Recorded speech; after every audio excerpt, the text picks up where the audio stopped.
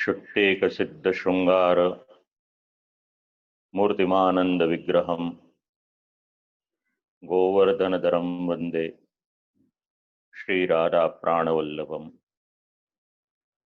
नमामि श्रीमदाचार्यान् प्रभुन् श्री विठ्ठलेश्वरान् यत्कृपातो व्रजाधीश सेवनं प्राप्नुयान्नराः। जगद्गुरु श्रीमद वल्लभाचार्य जी श्री महाप्रभु जी विरचित सिद्धांत मुक्तावलीનું આજે બીજું સત્ર છે। 4.5 શ્લોક ગઈકાલે આપણે શ્રવણ કર્યા। બાકીના શ્લોકનું અનુસંધાન પુનઃ એક વખત લઈએ આપણે। દેશ વિદેશથી શ્રવણ કરી રહેલ આપ સર્વે શ્રોતાજનોને ભગવત સ્મરણ। વિરૂપમ ચાપી ગંગાવદ નેયમ સા જલરૂપિણી। હવે આરંભ થાય છે ગંગાજીના વર્ણનનો। મુખ્યત્વે વર્ણન બ્રહ્મનું કરવાનું છે। પરબ્રહ્મ, અક્ષર બ્રહ્મ, જગત, આ બધું જે આચાર્ય ચરણ સમજાવી રહ્યા છે એમાં જગતનું સ્વરૂપ તો આપણે આગળના શ્લોકમાં ભિન્ન ભિન્ન મંતવ્ય હતા, એને લઈને પણ વિચાર્યું। હવે 3 સ્વરૂપની ચર્ચા અહીંયાથી થાય છે।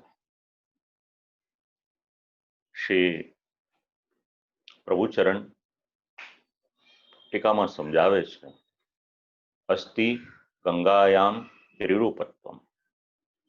ગંગાજીમાં 3 રૂપ છે। આ શ્રી મહાપ્રભુજીની એક વિશેષ દ્રષ્ટિ છે। કોઈ પણ તત્વ પદાર્થ એને જોવાને માટે 3 શબ્દ આપે છે, એનું અનુસંધાન આપણને અહીંયા મળે છે। આદિભૌતિકમ જલરૂપમેકમ અગ્રિમા દ્વિતીયાધ્યાત્મિકી તીર્થરૂપા તત્રૈવ દેવતામૂર્તિ। આ 3 પદનો આપણે વિચાર હવેના શ્લોકમાં કરવાનો છે। એક એક વાક્યમાં અનુસંધાન આ ટીકાના સંદર્ભનું લઈ અને પછી શ્લોકોનો અર્થ જરા વિચાર કરીએ। આદિભૌતિકમ જલમ એક રૂપમ। ખૂબ સરળ ભાષામાં એટલું યાદ રાખીએ, આદિભૌતિક રૂપ ગંગાજીનું એટલે શું? જે આપણે આપણી આંખેથી જોઈ શકીએ। ગંગાજીના તટ ઉપર જઈએ અને જલ ખળખળ વહેતું હોય અને આપણે દર્શન કરી શકીએ, આ આદિભૌતિક રૂપ છે। બીજું જે સ્વરૂપ છે અગ્રિમા દ્વિતીયા આધ્યાત્મિકી। તો આધ્યાત્મિકી રૂપ ગંગાજી એટલે કયા? એટલે કયું? તીર્થરૂપા। એ જલમાં જે વિશેષતા રહેલી છે એ વિશેષતા તીર્થરૂપા। સ્નાન વગેરે કરવાથી જે લાભ થાય છે આ દૈવી તત્વ। અને એનાથી આગળ આપણે વિચારીએ તત્રૈવ દેવતા મૂર્તિ, એટલે સાક્ષાત ગંગાજી જે મૂર્તિ સ્વરૂપે બિરાજમાન છે એને આદિદૈવિક સ્વરૂપ એ પ્રમાણે ઓળખવામાં આવે છે। તો એનું જ અનુસંધાન હવે આ શ્લોકમાં આપણે લઈએ। જે વૈષ્ણવ ગ્રંથ પધરાવીને શ્રવણ કરે છે, વિરૂપમ ચાપી ગંગાવદ નેયમ સા જલરૂપિણી। અક્ષર બ્રહ્મના જે સ્વરૂપ આપણને સમજાવ્યા, હવે એને દ્રષ્ટાંત દ્વારા સમજાવે છે। એક જ અક્ષરના 2 રૂપ, એક જગત રૂપ અને બીજું જગતથી ભિન્ન જ્ઞાનીઓની ગતિની રૂપ। તો ગંગાજીના પણ એવી રીતે 3 રૂપ। એમાં પ્રથમ રૂપ છે આદિભૌતિક રૂપ। દ્રષ્ટિ દ્વારા આપણે દર્શન કરી શકીએ, જઈએ આપણે જળને સ્પર્શ પણ કરી શકીએ, આચમન વગેરે પણ કરી શકીએ। એની વૃદ્ધિ પણ થાય અને એમાં ઘટાડો પણ થાય, વરસાદ વધારે વરસે તો એ જલની વૃદ્ધિ થાય અને વરસાદ ઓછો વરસે તો કદાચ જલ ઓછું લાગે. અતિશય તાપ પડે તો પણ એ જલ ઓછું થઈ શકે. હવે આ જલ કેવું છે તો કે વ્યવહારમાં કામ લાગે છે. આધિભૌતિક જલ સ્નાન કરવું હોય તો કામ લાગી શકે, કોઈને નિજી વ્યવહારમાં કપડા વગેરે ધોવા હોય તો કામ લાગી શકે. આમ વ્યવહારમાં કામ લાગી શકે. આ ગંગાજીનું આધિભૌતિક સ્વરૂપ એનું નિરૂપણ છે. આ પ્રથમ સ્વરૂપ છે. ખાસ કરીને આ શબ્દો જરા શક્ય હોય તો યાદ રાખજો, કારણ કે આ ત્રણ સ્વરૂપ સમજાશે તો મહાપ્રભુજીનો મત સમજવામાં બહુ અનુકૂળતા થઈ જશે. હવે આગળનો શ્લોક જેમાં આધ્યાત્મિક સ્વરૂપ એટલે તીર્થ સ્વરૂપનું નિરૂપણ છે. મહાત્મ્ય સંયુતા નૃણામ સેવતામ ભુક્તિ મુક્તિદા મર્યાદા માર્ગ વિધિના તથા બ્રહ્માપી બુદ્ધતામ.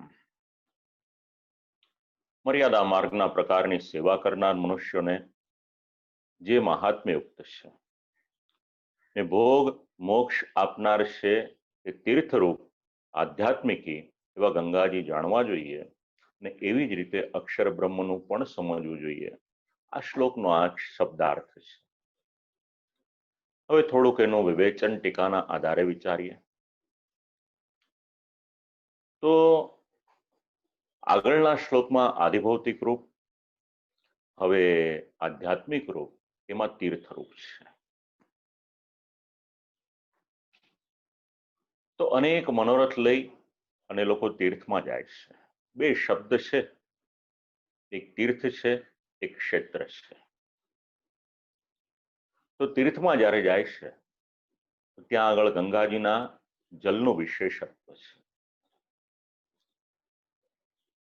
ત્યાં આગળ જઈ વિધિપૂર્વક ગંગાજીનું પૂજન કરે અને પૂજન કર્યા પછી ત્યાં આગળ સ્નાન કરે. હવે કોઈક એવું વિચારે કે પ્રવાહમાં સ્નાન કરીએ એમાં જે આપણને ફળ મળે એ જ ફળ ગંગાજી આપણે ઘરે કોઈક પાત્રમાં પધરાવી લાવી અને કરીએ સ્નાન તો મળે કે ન મળે?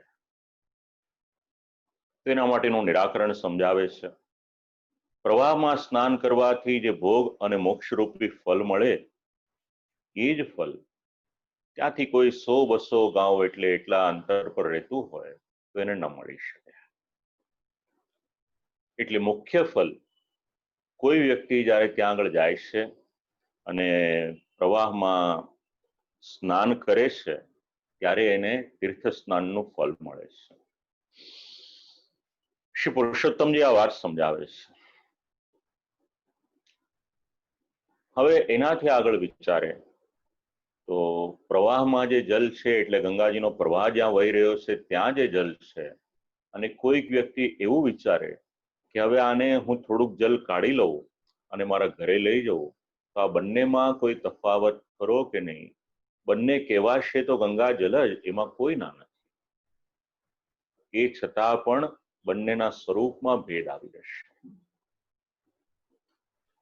જે પ્રવાહનું જલ છે એ તીર્થ સ્વરૂપ છે, એ આપણે જે સમજી રહ્યા છે આધ્યાત્મિક સ્વરૂપ છે. ત્યાં આગળ જઈશું, સ્નાન કરીશું તો જ એનું ફળ આપણને મળી શકશે. તો એવી જ રીતે જગત અને જગતથી ભિન્ન આ અક્ષર બ્રહ્મના પણ બે સ્વરૂપ સમજાવે છે. હવે જેમ ગંગાજી આધિભૌતિક, તો ગંગાજીમાં જલની વૃદ્ધિ પણ થાય એટલે જલ વધે પણ ખરું અને જલ ઘટે પણ ખરું. એવી જ રીતે જગતમાં પણ એ જ રીતનું છે. જે મહાત્મ્યુક્તનું સેવન કરવાથી ભોગ અને મોક્ષ મળે અને જેમ બહાર એટલે લઈ લીધું હોય જલ એના સેવનથી ભોગ અને મોક્ષ ન મળી શકે, એવી જ રીતે કેવળ જગતની ધ્યાન વગેરે ઉપાસના કરે તો મોક્ષ ન મળે. આ વાત શ્રી આચાર્ય ચરણ અહીંયા આગળ સમજાવી રહ્યા છે. એટલે બે સ્વરૂપ આપણે વિચાર્યા, એક જલ સ્વરૂપ આધિભૌતિક સ્વરૂપ જે આપણે આપણા વ્યવહારમાં લઈએ છીએ. બીજું આધ્યાત્મિક સ્વરૂપ એટલે તીર્થ સ્વરૂપ, કે જ્યાં આગળ સ્નાન કરવાથી, પૂજન કરવાથી આપણને એની કરતા વિશેષ લાભની પ્રાપ્તિ થાય છે. મર્યાદામાં હોય અને પાપ પ્રક્ષાલન કરવા હોય, ધોવા હોય તો ગંગા સ્નાન કરે. હવે એનાથી આગળ જે છે એનું ત્રીજું સ્વરૂપ છે. તત્રૈવ દેવતામૂર્તિર ભક્ત્યાયા દૃશ્યતે ક્વચિત ગંગાયામ ચ વિશેષેણ પ્રવાહા ભેદ બુદ્ધય. તત્રૈવ દેવતામૂર્તિ ઉક્ત વિરૂપાયામ ગંગાયામેવ દેવતારૂપા સા તદ્ભિન્નાસ્તરિત્યર્થઃ. હવે જે આદિદૈવિક સ્વરૂપ છે, તત્ર માનમાહુઃ મૂર્તિ રીતિ, જે મૂર્તિ રૂપે બિરાજમાન છે એ મૂર્તિ એ ગંગાજીનું દિવ્ય એવું આદિદૈવિક સ્વરૂપ છે. તો હવે પ્રશ્ન થાય કે આ મૂર્તિ કોઈને દેખાય કે નહીં, કે સાક્ષાત ગંગાજી કોઈકને દર્શન આપે કે ના આપે? તો શ્રીમદ ભાગવતમાં એનું પ્રમાણ મળે, મહાભારતમાં એનું પ્રમાણ મળે,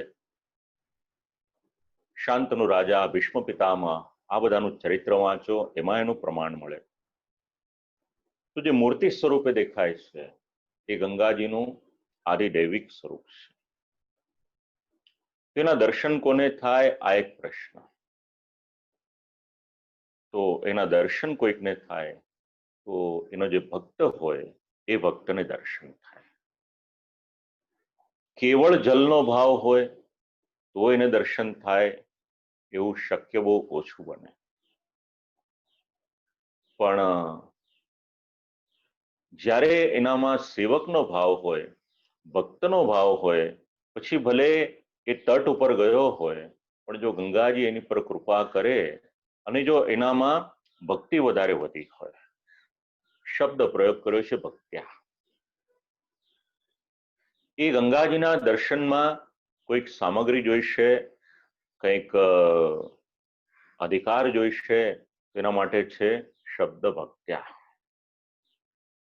જ્યાં ભક્તિની અભિવૃદ્ધિ થાય છે, ભાવની અભિવૃદ્ધિ થાય છે, ત્યાં ગંગાજીના દર્શન થાય છે.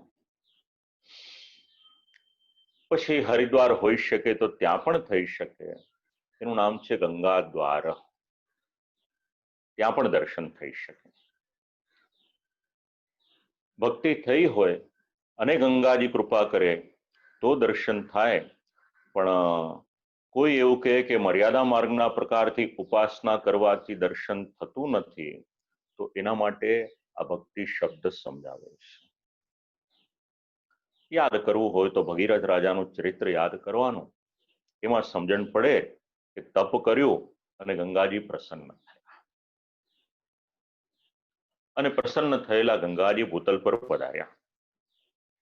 ગંગાજીનું એક નામ ભાગીરથી એ ત્યાંથી જ આવ્યું છે. તો ભક્તિ વધે એટલે ભક્તિનો ઉદ્રેક થાય, અભિવૃદ્ધિ થાય. તો દર વખતે દર્શન આપે કે ના આપે, એટલે શ્લોકમાં બીજો શબ્દ લખ્યો છે ક્વચિત. એ સેવક કે ભક્ત એવું ઈચ્છે કે મને દર વખતે દર્શન આપે તો એ શક્ય નથી. પણ ક્યારેક ભક્તિ બહુ વધી હોય અને કૃપા કરે એની પર, તો પછી એ દર્શન થાય. પછી ક્યારેક એવું બને કે એમાં સ્થાનનો બાદ પણ કદાચ ન રાખે જો કૃપા થઈ. તો ગંગાજીના આદિદૈવિક સ્વરૂપના દર્શન કરવા હોય ત્યાં આગળ ભક્તિ એ જરૂરી થશે. તો પ્રવાહમાં અને આદિદૈવિક છે ગંગાજીમાં જેને ભેદ બુદ્ધિ નથી, એટલે જે ભક્ત ગંગાજીના પ્રવાહની પાસે જાય છે, હવે પ્રવાહમાં એવી બુદ્ધિ નથી રાખતો કે આ કેવળ આધિભૌતિક જલ છે, પણ સાથે સાથે એના મનમાં ભક્તિ વધી હોય અને એવી જ બુદ્ધિ રાખે કે સાક્ષાત ગંગાજી અહીંયા આગળ વિરાજમાન છે અને ગંગાજી કૃપા કરે. આવો કોઈક ભક્ત હોય જે આવો ભાવ લઈને આવ્યો હોય અને ગંગાજીની કૃપા થાય તો એને દર્શન થઈ શકે. એને પ્રવાહના મધ્યમાં પણ પ્રત્યક્ષ દર્શન થાય છે. હવે જે કોઈ હરિદ્વાર ગયું હશે ત્યાંનું દ્રશ્ય યાદ કરાવું. ગંગાજીની વચ્ચે, પ્રવાહની વચ્ચે એક મૂર્તિ સ્થાપિત કરી છે, એક સ્તંભ ઉપર. બસ એને યાદ કરશો તો પણ આ ત્રણેય વાત સમજાઈ જશે. એક બાજુ ગંગાજીનો પ્રવાહ ખળખળ વહે છે, આ આધિભૌતિક સ્વરૂપ છે. બીજી તરફ હરકી પૌડી પર બધા સેવકો આવીને સ્નાન કરે છે, આ એમનું તીર્થ સ્વરૂપ છે. અને ત્યાં આગળ જે મૂર્તિ સ્વરૂપે દર્શન થાય છે એ તો સ્થાપિત કરેલી મૂર્તિ છે, પણ જો ગંગાજી કૃપા કરે તો સાક્ષાત ગંગાજીના દર્શન થઈ શકે. આ આદિદૈવિક સ્વરૂપ છે.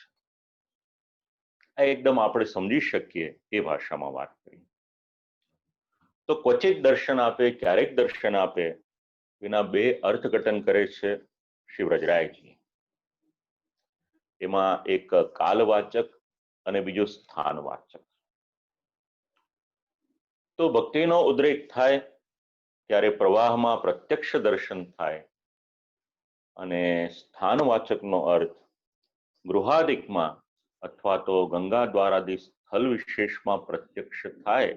પછી ગંગાજી કૃપા કરે તો એવું નહીં કે તમારે ગંગાજીના તટ સુધી પણ જવું પડે. કદાચ ગંગાજીનો વધારે અનુગ્રહ થાય તો તમે જે સ્થાનમાં હો ત્યાં આગળ પણ તમને દર્શન આપી શકે. તો ગંગાજીનું દ્રષ્ટાંત જે આપ્યું એ જ દ્રષ્ટાંતને લેવાનું છે બ્રહ્મની સાથે. જેમ આદિભૌતિક ગંગાજીમાં આદિદૈવિક ગંગાજીનો આવિર્ભાવ થાય, હવે આ સિદ્ધાંત બી યાદ રાખવાનો. આદિદૈવિક ગંગાજી એનો આવિર્ભાવ ક્યાં થાય? તેના માટે જલ હોય ત્યાં આવિર્ભાવ થાય. હવે ત્યાં ગંગાજીનો જ આવિર્ભાવ થાય, બીજા કોઈનો આવિર્ભાવ ના થાય. કારણ કે જે વસ્તુમાં જે હોય એ જ વસ્તુમાં એનો આવિર્ભાવ થાય, એમાં બીજો કોઈ આવિર્ભાવ ન થઈ શકે. કેરીનો રસ હોય, એમાં કોઈક એવું ઈચ્છે કે મને આમાં લીંબુનો રસ મળે, તો એ કેરીના રસમાંથી લીંબુનો રસ ન મળી શકે. ત્યાં તો કેરી અને કેરીના રસનો જ સંબંધ છે. એવી જ રીતે જ્યાં આગળ આદિભૌતિક પ્રવાહ રૂપે ગંગાજી હોય ત્યાં આગળ ગંગાજીના આદિદૈવિક સ્વરૂપના દર્શન પણ થઈ શકે.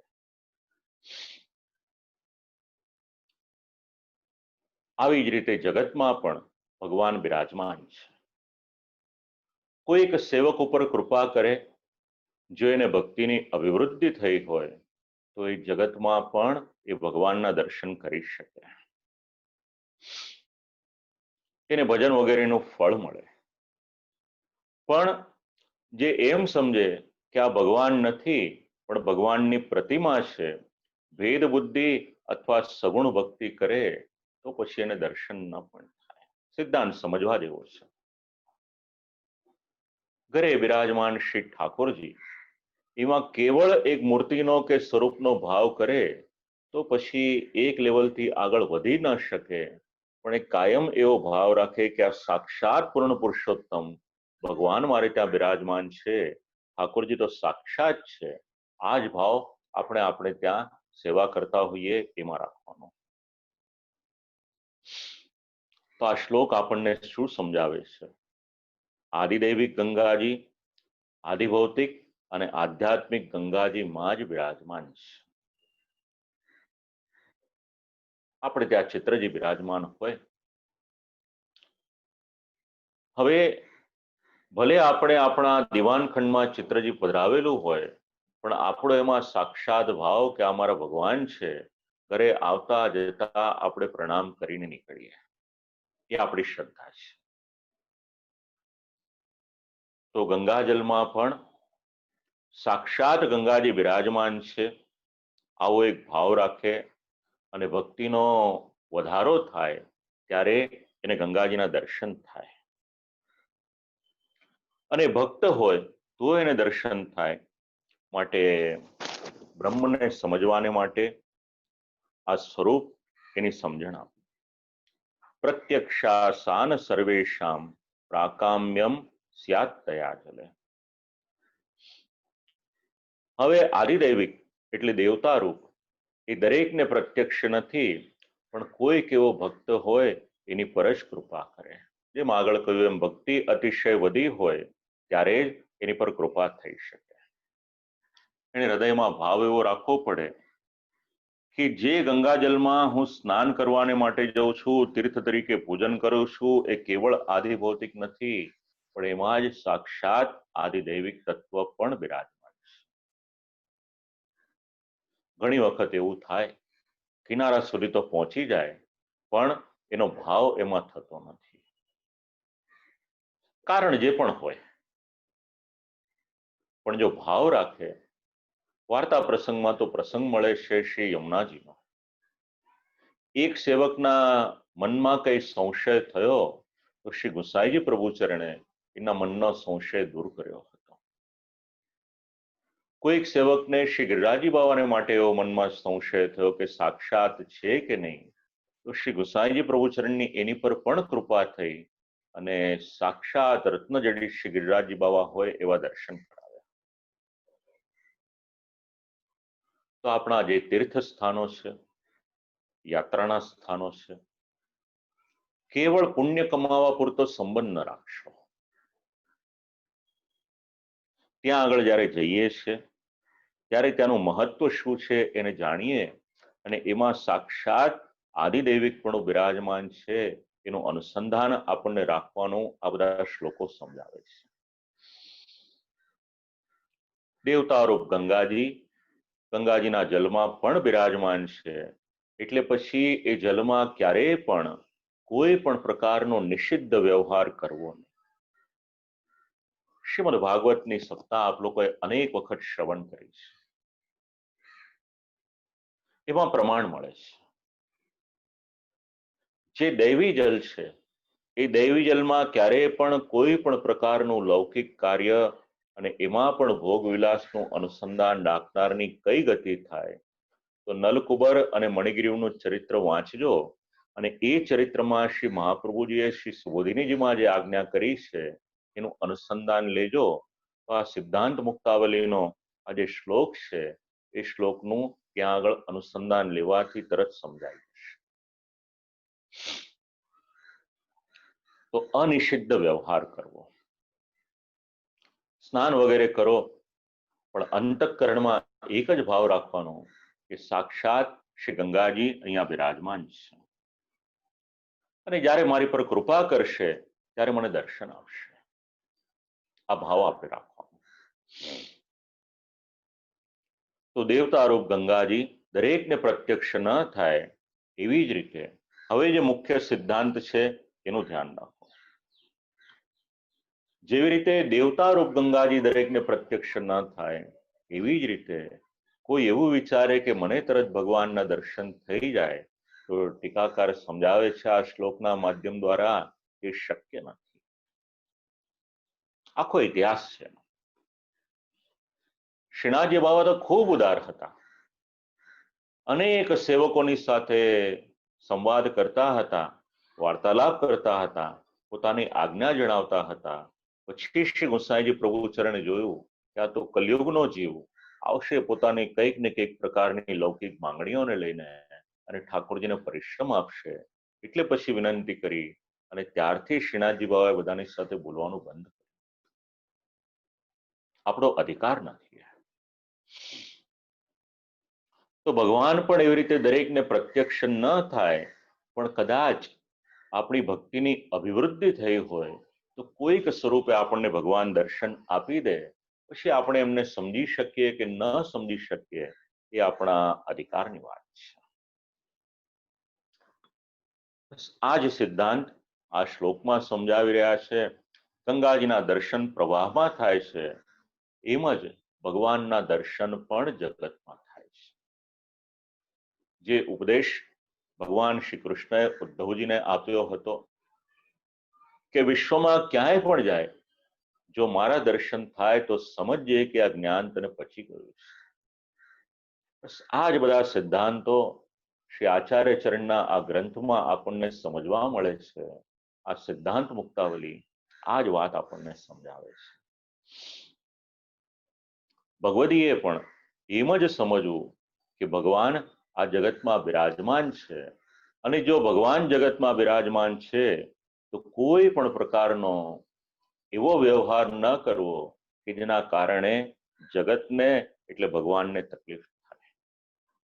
બસ એક તરફ ગંગાજીનું દ્રષ્ટાંત છે, અને બીજી તરફ શ્રી મહાપ્રભુજી જે સમજાવે છે જગતનું સ્વરૂપ, એનું અનુસંધાન એકાકાર અહીંયા સમજાવી દે છે. મૂળ મુદ્દો ગંગાજીના દ્રષ્ટાંતના દ્વારા જગતને સમજાવવાનો. ભક્તિથી ગંગાજીના દર્શન થાય પછી પણ પ્રવાહના દર્શનની વિશેષતા, એનું નિરૂપણ 8મા શ્લોકનો ઉત્તરાર્ધ કરે છે. વિહિતાશ્ચ ફલાત્તદ્વિ પ્રતિત્યાપી વિશિષ્યતે.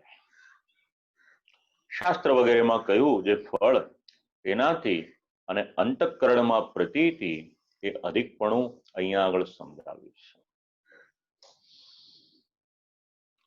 હવે ગંગાજી દરેકને પ્રત્યક્ષ નથી થતા, એ છતાં પણ ભક્તજનોએ એ ભાવ રાખવાનો કે દેવતારૂપ ગંગાજી અહીંયા આગળ બિરાજમાન છે, અને આ જલને દેવતારૂપ ગંગાજીનો સંબંધ છે. અને એ જ ભાવથી શ્રદ્ધાપૂર્વક સ્નાન વગેરે કરવું, પણ જે નિષિદ્ધ આચરણ હોય એવું ક્યારે પણ કરવું નહીં, અને સામાન્ય જલથી ગંગાજલની શ્રેષ્ઠતા માનવી.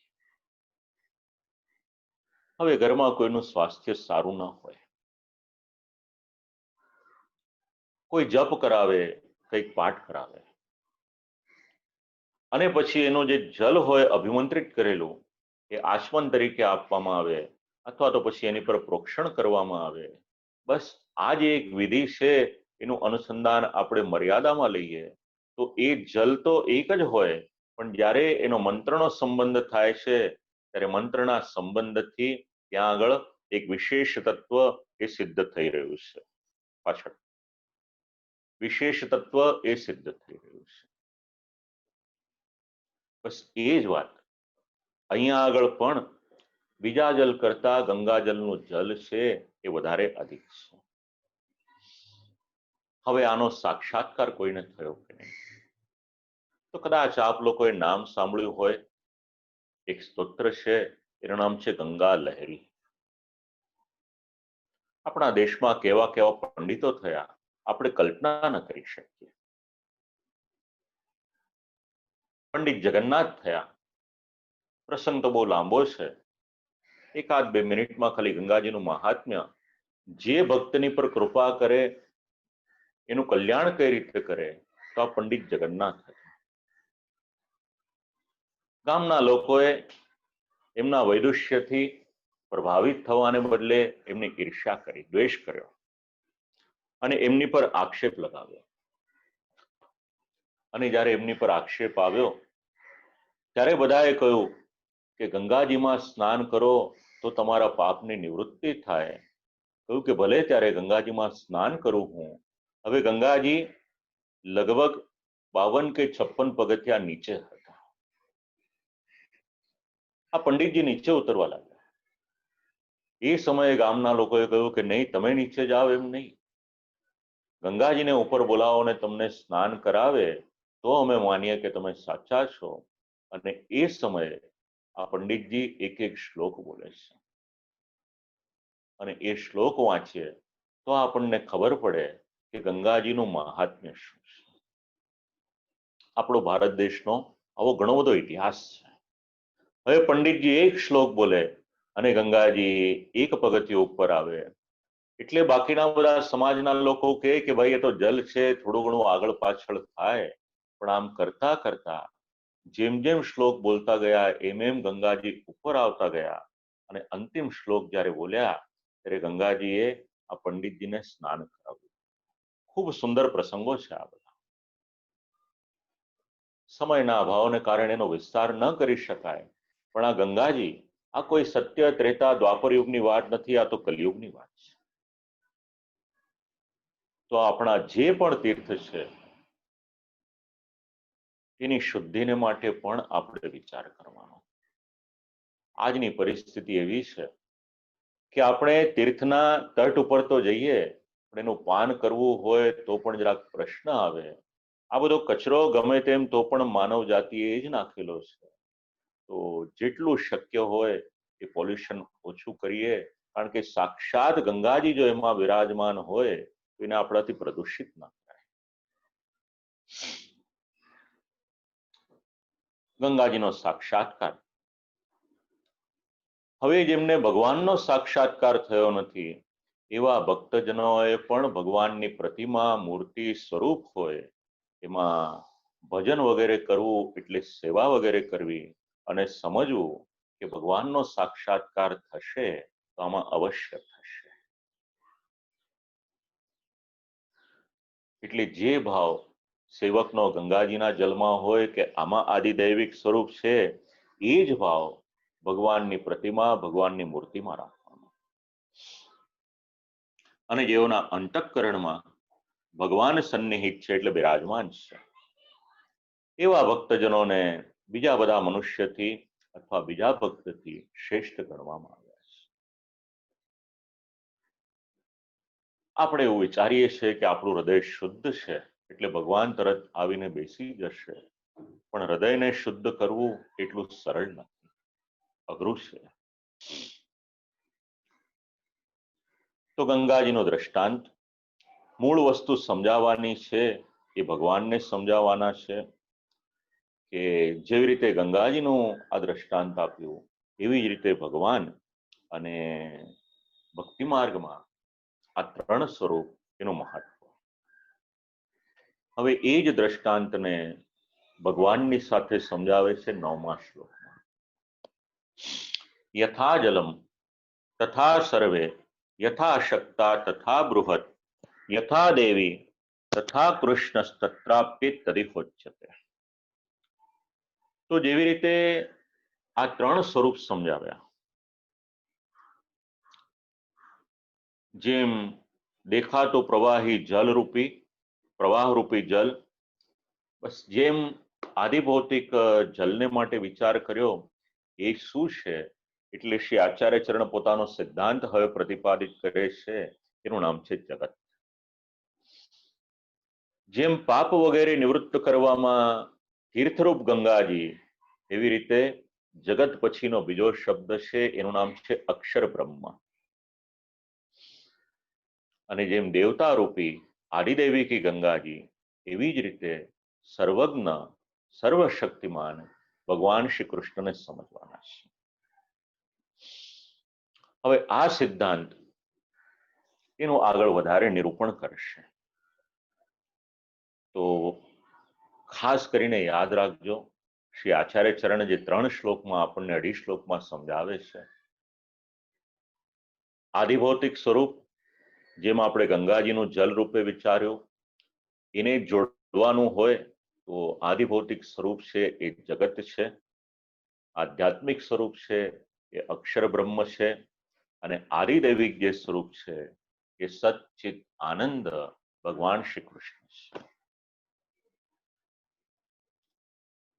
કદાચ એક વખતમાં ન સમજાય તો આ બધા વિડીયોઝ અપલોડ કરેલા છે, બીજી વખત સાંભળજો, ત્રીજી વખત સાંભળજો. એવું ન વિચારશો કે નહીં સમજાય, જો પોઝિટિવિટીથી સાંભળશો તો અવશ્ય શ્રી આચાર્ય ચરણ કૃપા કરશે જ કરશે. તો ગંગાજીના 3 સ્વરૂપ અને એનું અનુસંધાન અહીંયા આગળ જગત, અક્ષર બ્રહ્મ અને સચ્ચિદાનંદ ભગવાન શ્રી કૃષ્ણ એમની સાથે આપ્યો. હવે એ જ પ્રમાણેનો વ્યવહાર 10મો શ્લોક. તો જેવી રીતે ગંગાજીના 3 સ્વરૂપ સમજાવ્યા, હવે જગતની વાત કરે છે. જગત તો ત્રિવિધમ પ્રોક્તમ બ્રહ્મ વિષ્ણુ શિવાસ્તતાઃ દેવતા રૂપવત પ્રોક્તાઃ બ્રહ્મણિત્થમ હરિર્મતાઃ. તો જગત કેવું? તો કયું 3 પ્રકારનું, અને એનું અનુસંધાન બ્રહ્મા, વિષ્ણુ અને મહેશ. 3 રૂપાનુસાર 3 દેવતા કયા છે, પરંતુ જે બ્રહ્મભાવ પામ્યો છે એ ઉપાસના કરવાને હરિને જ મનાવેલા છે. હવે શબ્દ સમજવાનો આપણે આપણા મનમાં વિચાર આવે કે જગત એ ત્રણ રીતના કઈ રીતના થઈ શકે, તો એના માટે ત્રણ ગુણ સમજવાના. તમારું ને મારું જેની સાથે જીવન જોડાયેલું છે, સિદ્ધાંત મુક્તાવલી એ સિદ્ધાંતો સમજાવે છે. એક કરોળિયો હોય, એને પોતાનું જાળું બાંધવું હોય તો લાડ કાઢશે અને એના દ્વારા પોતાનું જાળું બનાવશે. શુદ્ધાદ્વૈત બ્રહ્મવાદમાં આની ખૂબ ચર્ચા છે. વિકૃત પરિણામવાદ, અવિકૃત પરિણામવાદ, આવું ઘણું સમજાવ્યું છે. તો કરોળિયો લાળ કાઢી અને જાળું બનાવશે, પછી જ્યારે એને પાછું જાળું પોતાનામાં લઈ લેવું હશે તો લઈ લેશે. તો ભગવાન આવી રીતે જ્યારે જગતને માટે વિચાર કરે તો કયું કાર્ય કરે, એટલે કહ્યું કે ભગવાન પોતાનામાંથી ત્રણ ગુણો બનાવે છે. તો ભગવાનને માટે શબ્દ બોલીએ છે સત, ચિત અને આનંદ. તો સત, ચિત અને આનંદ એનું અનુસંધાન આપણે અહીંયા આગળ લેવાનું. તો સદરૂપ એમાંથી જે ગુણ નીકળ્યો એ સત્વ ગુણ છે, ચિદ્રૂપમાંથી જે ગુણ નીકળ્યો એ રજોગુણ છે, અને આનંદ અંશમાંથી તમો ગુણ એ ભગવાન દ્વારા આ વિશ્વમાં આવ્યો છે.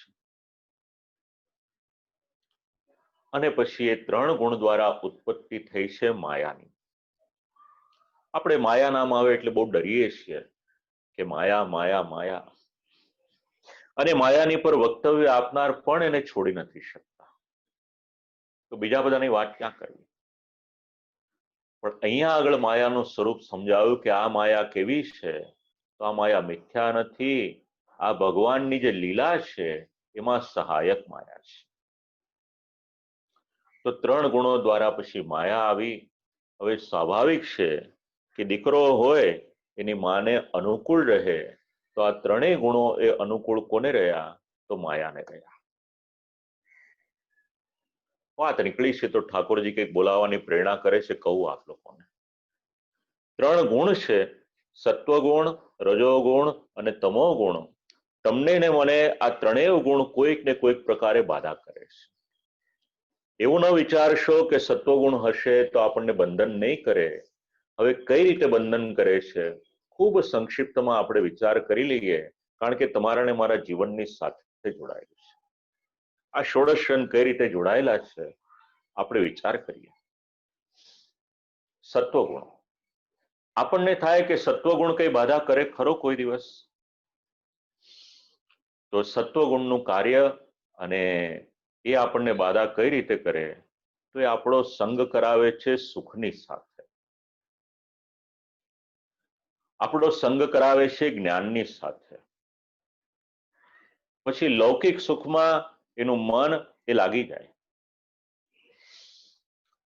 અને એ ગુણ પણ આપણને જ્ઞાનની સાથે પણ બંધન કરાવે અને લૌકિક સુખમાં મગ્ન કરી દે. આમ કરતા કરતા સત્વગુણ હોય એ પણ બાધા કરાવી શકે, રજોગુણ હોય એ પણ બાધા કરાવી શકે, અને તમો ગુણ હોય એ પણ બાધા કરાવી શકે. તો સત્વગુણ આપણને સુખ અને એના સાધનમાં લઈ જાય, અને એના દ્વારા સુખમાં અને સુખમાં આપણે નિમગ્ન થઈ જઈએ તો ક્યારેક સત્વ દ્વારા મળેલું સુખ હોય એ પણ બાધાકારક થઈ જાય. તો રજોગુણ શું કાર્ય કરે? એ આપણને લૌકિક વૈદિક પ્રક્રિયામાં જોડી દે. અને ક્યારેક એવું પણ થાય કે તૃષ્ણા, આસંગ ઇત્યાદિને ઉત્પન્ન કરે. હવે કોઈ પદાર્થ આપણી પાસે ન હોય, એના માટેની આપણને તૃષ્ણા ઉત્પન્ન થાય તો સમજવું કે આ રજોગુણ આપણી પર હાવી થયો છે. પ્રભુ કૃપા હોય, કોઈક વસ્તુ વસાવવાનું સામર્થ્ય હોય, લેવાની ઈચ્છા થાય તો સમજવું કે આ તૃષ્ણા જાગી ક્યાંથી? તેનું મૂળ અગર કોઈક છે તો રજોગુણ છે. એની સાથે સાથે એ વસ્તુમાં આપણી પ્રીતિ પણ કરાવે, આસક્તિ પણ કરાવે. આ બંનેને ઉત્પન્ન કરનાર અગર કોઈક છે તો રજોગુણ છે. એવી રીતના એ જીવને બાંધી દે છે. અને તમોગુણનું કાર્ય તો સુવિદિત છે. એ ઉલટું જ્ઞાન કરાવે, આપણને રિવર્સ ડિરેક્શનમાં લઈ જાય. એટલે પછી મોહ, પ્રમાદ, આળસ અને નિદ્રા, આ 4 શબ્દ એ તમોગુણની સાથે જોડાયેલા છે. એ મોહ કરાવે, પ્રમાદ કરાવે. કોઈ કામ કરવાનું હોય એમાં ભૂલ કરાવી દે, આ પ્રમાદ કરાવી દે. ન કરવાના કાર્યમાં પ્રવૃત્તિ કરાવી દે, આ પણ પ્રમાદ. અને આલસ્ય, શાસ્ત્ર એવું કહે કે ભગવાનને મેળવવા હોય તો પ્રયત્ન કરે, પણ તમોગુણ હોય તો એ આળસ કે જવા દો ને, આજે આપણે વેબિનારમાં જોઈન નથી કરવું, આજને બદલે કાલે કરીશું તો શું થશે, આ તો દરરોજનું છે. મનમાં આવો વિચાર આવે ત્યારે સમજવું કે આ તમોગુણ આપણી પર હાવી થયેલો છે. એ આપણને વિરુદ્ધ દિશામાં લઈ જશે.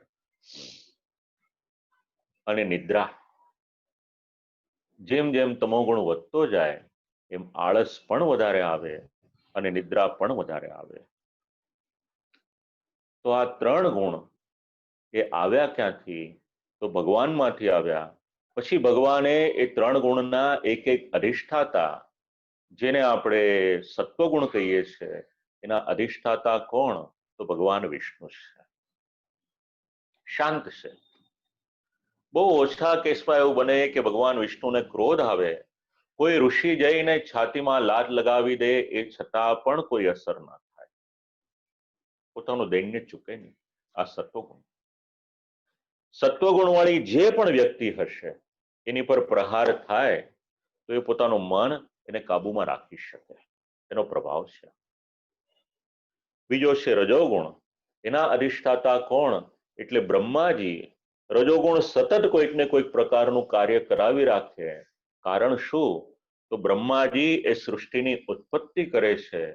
બ્રહ્માજી સતત એક્ટિવ રહે, એટલે જેનામાં રજોગુણ વધારે હોય એ પણ પ્રવૃત્તિશીલ રહે. અને તમોગુણ એ વિનાશનું કાર્ય કરાવે. કોઈ પણ પ્રકારનો કોઈનો પણ વાંક ન હોય, એ છતાં પણ એને કોઈને કોઈ પ્રકારે હેરાન કરવાનું આજે આપણને પ્રેરણા આપે, આ તમોગુણનું કારણ છે. બસ આ વિશ્વ, આ જગત એ 3 પ્રકારનું કઈ રીતે, એનું અનુસંધાન આ 3 ગુણોની સાથે લેવાનું અને આ 3 એના અધિષ્ઠાતા દેવોની સાથે લેવાનું. 3 સ્વભાવથી પ્રકટ છે. બ્રહ્મા, વિષ્ણુ અને શિવ એને દેવતાના સ્વરૂપે અહીંયા આગળ કહેવામાં આવ્યા છે. તો ગંગાજી પણ દેવતા રૂપ. હવે આ બધા જે સિદ્ધાંત છે, રાજસ સ્વભાવ પ્રકાશ કરનાર અને જગતની ઉત્પત્તિમાં નિમાયેલા બ્રહ્માજી, આ બધા જે સિદ્ધાંતો છે, આ ટીકાકારોનો જ મત છે, પણ મેં આપ લોકોને થોડી સરળ ભાષામાં સમજાવ્યો કે આપ લોકો સમજી શકો. કારણ કે શબ્દો વિચારવા જાઓ તો પછી મુશ્કેલી થઈ જશે. એની પછી ક્ષર, અક્ષર અને પુરુષ, પણ એની ચર્ચામાં આપણે નથી જતા, કારણ કે મૂળ શ્લોકમાં એની સાથેનો આપણે સંબંધ વિચારવા જઈશું તો પાછું મુશ્કેલી થશે. પછી ભગવાન અને ભક્ત એ બંને નિર્ગુણ હોય તો ભગવાનની કૃપા થાય. તો ભગવાન તો નિર્ગુણ છે જ, પણ ભગવાનનો ભક્ત પણ નિર્ગુણ જોઈએ. તો એના માટે 11મા સ્કંદનો સંવાદ આપણે શ્રવણ કરવાનો, નિમિ યોગેશ્વર સંવાદ. એમાં 4 પ્રકારના ભક્ત આપ્યા, એમાં એક ભક્ત એ નિર્ગુણ પ્રકારનો પણ છે. તો જો આપણે ભગવાનની ભક્તિ કરીએ તો ભગવાન આપણી પર કૃપા ક્યારે કરીએ? આપણે એ અવસ્થા સુધી ધીરે ધીરે પહોંચવા માટે પ્રયત્ન કરવાનો. તો આ 10મો શ્લોક એ સારાંશ વિચારી લઈએ. જગત 3 પ્રકારનું એટલે શું? તો 3 ગુણોથી ઘેરાયેલું છે. અને ત્રિગુણાત્મક જગતને વશમાં રાખનારા 3 દેવ, બ્રહ્મા, વિષ્ણુ અને મહેશ. અને જે ભક્તજન ગુણાતીત છે, તો એ ગુણાતીત ભક્તના નિયામક કોણ છે? તો એના નિયામક છે એ ભગવાન, એ હરિ છે. આ 3 દેવતાઓ છે એ તો ભગવાનના ગુણાવતાર છે, મૂળ સ્વરૂપ તો ભગવાન શ્રી કૃષ્ણનું છે, એ કાયમને માટે યાદ રાખવાનું. હવે કોઈકના મનમાં ઈચ્છા થાય કે આ દેવોનું આરાધન કરીએ તો અમારું કામ થાય કે ના થાય, તો 11મો શ્લોક એ વાત સમજાવે છે. કામચારસ્તુ લોકેસ્મિન બ્રહ્માદિભ્યો ન ચાન્યથા પરમાનંદ રૂપે તુ કૃષ્ણે સ્વાત્મની નિશ્ચયા. બ્રહ્માજી વગેરેથી કામના પૂર્તિ થાય કે ના થાય એ વાત આ સમજાવે છે. તો બે શબ્દ છે. મૂળમાં તો અહીંયા આગળ એક પદ આપ્યું છે કામચારસ્તુ. તો આ ત્રણેય પ્રકારના ગુણવાળું જગત છે, તેમાં અધિષ્ઠાતા જે બ્રહ્માદિક તેઓ કામાચાર છે, એટલે તે દેવની ઉપાસના કરનારને એમના મનોરથની પૂર્તિ કરી આપે છે. તો કામનો અહીંયા આગળ અર્થ કર્યો છે ઈચ્છા, અને ચારનો અર્થ કર્યો છે પ્રાપ્તિ. એટલે જે ઈચ્છા હોય એની પ્રાપ્તિ કરાવી આપે. અથવા તો પછી એવો પણ અર્થઘટન કરી શકાય કે જેને જે ભોગ ઇત્યાદિ પદાર્થો જોઈતા હોય, કદાચ આ બે દેવના શરણમાં જાય, બ્રહ્માજીના શરણમાં જાય, એમનું આરાધન કરે તો એમના દ્વારા એ ભોગ એને પ્રાપ્ત થઈ શકે. બ્રહ્માદિક સિવાય બીજા કોઈથી મનોરથની પૂર્તિ થતી નથી, એ વાત સમજાવે છે. અને એ વાત નિશ્ચયપૂર્વક અહીંયા આગળ સમજાવી છે.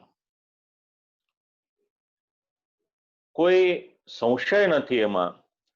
હવે ભગવાનનો ભક્ત હોય એના માટેની શું વ્યવસ્થા? તો ભગવાનના ભક્તને માટે એવી વ્યવસ્થા આપી. ષોડશના ઘણા ટીકાકારો શ્રીમદ ભાગવતના 9મા સ્કંદના 4થા અધ્યાયના શ્લોકનું ઘણી જગ્યાએ અનુસંધાન લે છે. તો ભગવાનનો સ્વભાવ કેવો છે? એટલે ભગવાનનો સ્વભાવ સમજાવ્યો. ભગવાન એવી આજ્ઞા કરે છે, અહમ ભક્ત પરાધીનઃ.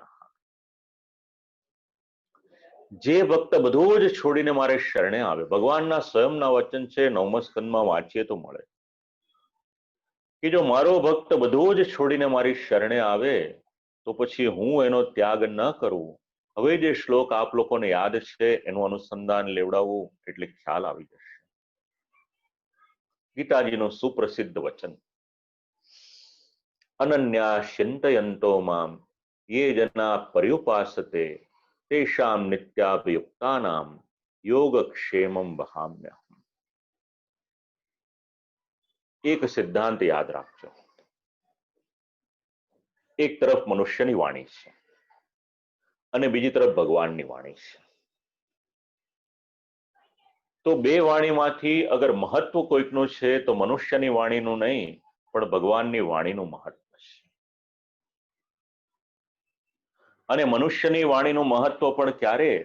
જો એ વાણી શાસ્ત્ર સંમત હોય, શાસ્ત્ર આધારિત હોય, તો એની વાણીનું મહત્વ છે. બાકી ગમે એટલા શબ્દો, લાખો કરોડો શબ્દો, વાક્યો કે ગમે એટલું બોલે, પણ જો એ વાણી શાસ્ત્ર પ્રમાણિત નથી તો શબ્દોના જે અલગ અલગ પ્રકાર બતાવ્યા છે એમાં એક પ્રકાર એવો પણ છે કે સ્ફોટ શબ્દ. શબ્દ બોલો ને તરત નાશ થઈ જાય. પણ જો શાસ્ત્ર પ્રમાણિત વાણી હોય અને ભગવાનને અનુલક્ષીને શબ્દ બોલવામાં આવે તો એ શબ્દ તો બ્રહ્માંડમાં ક્યાંક જઈ અને કાયમને માટે બિરાજમાન રહેશે. વિદ્વતજનોનો અભિપ્રાય છે, શાશ્વત શબ્દ છે.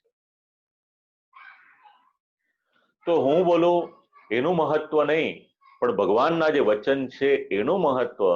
એટલે મારે કંઈ પણ બોલવું હોય તો જે વાણી શાસ્ત્ર સંમત છે એનો આપણે આધાર લઈએ તો એની કિંમત છે. તો આ સિદ્ધાંત સમજવાને માટે ભગવાનની વાણીનો આધાર ટીકાકાર આપે છે કે જે મનુષ્ય બધું જ છોડીને મારી શરણમાં આવી જાય છે એનું યોગક્ષેમ, એનું વહન હું કરીશ. અને આનો અનુભવ ઠાકોરજીની કૃપાથી મને તો ઘણી વખત થયો, આપ લોકોને પણ થયો હશે. યોગક્ષેમ એટલે શું? યોગ એટલે જે વસ્તુ અપ્રાપ્ય છે, ધન હોય, વસ્ત્ર હોય, અલંકાર હોય, આભૂષણ હોય, પોતાના ઉપયોગના હોય કે પછી ભગવત સેવાના, આ બધું જે આપણને પ્રાપ્ત થાય, આ શાસ્ત્ર સમજાવે છે, આનું નામ છે યોગ. આપણે ત્યાં તો પરિપાટી એવી છે કે જે પણ આવે આપણે પહેલા તો શ્રી ઠાકોરજીને સમર્પિત કરીએ છીએ. આગળ આવશે આ સિદ્ધાંત ત્યારે વિચાર કરશું આનો આપણે. તો આ યોગ છે, મળવું આપણને. અને બીજો શબ્દ છે ક્ષેમ. અપ્રાપ્ય જે પણ વસ્તુ મળે, મળી તો ગઈ એ વસ્તુ, પછી એને ટકાવવી એ પણ અઘરી છે. તો ભગવાન એવી આજ્ઞા કરે છે કે એનું ક્ષેમ પણ મારા કારણે થાય છે.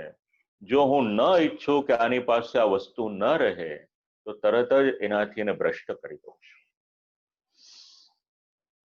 તો ભગવાન એવી આજ્ઞા કરે છે કે આવા જે ભક્ત છે, પછી એને ક્યાંય પણ કોઈની પણ પાસે કંઈ પણ લેવા જવાની જરૂર નથી, એને કામચારમાં અટવાવાની જરૂર નથી.